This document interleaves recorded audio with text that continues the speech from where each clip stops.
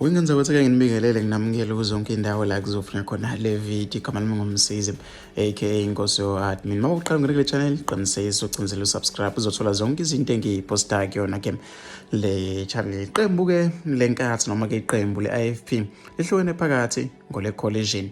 Imibiko iveza ukuthi i-IFP ihlukene phakathi mayelana nombimbi. Kuthiwa kumholi we-IFP ovele noma-ke ovele enkosini Hlabisa ufuna ukuthi-ke inkathi isebenzisane ne-ANC. Kanti usihlalo weqembu uThami Ntuli ufuna ukusebenzisana ne-MK.